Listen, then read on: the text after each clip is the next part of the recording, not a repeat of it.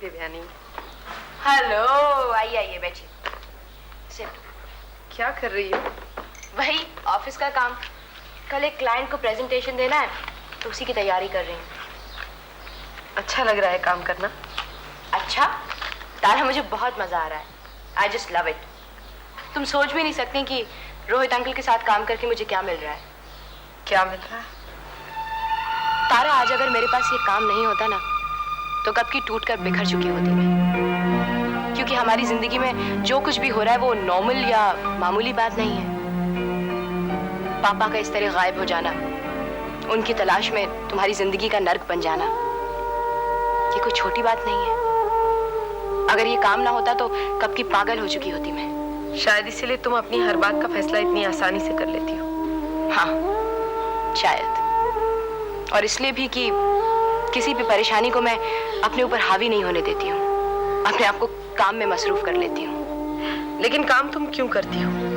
इसलिए कि तुम्हें काम करना अच्छा लगता है या इसलिए कि वो तुम्हें बचाए रखता है, ठीक ठाक रखता है? ये क्यों पूछ रही हो तुम? पहले तुम मेरे सवाल का जवाब दो तो बताऊंगी। क्या जवाब दूं तारा?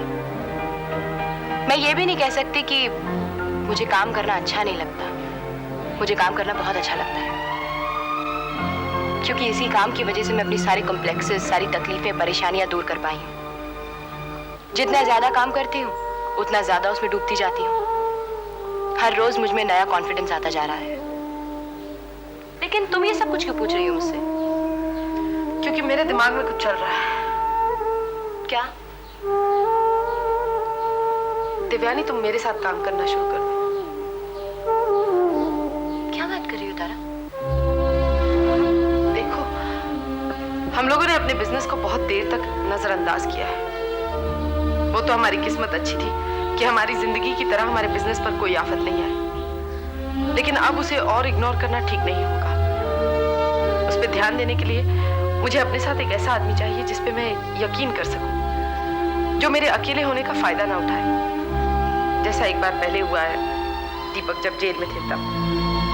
लेकिन तारा, पहले तो मैंने रोहित अंकल से इतनी रिक्वेस्ट करके काम मांगा, और अब जब वो मुझ पर डिपेंड करते हैं तो मैं इस तरह नौकरी छोड़ दूं, क्या सोचेंगे वो?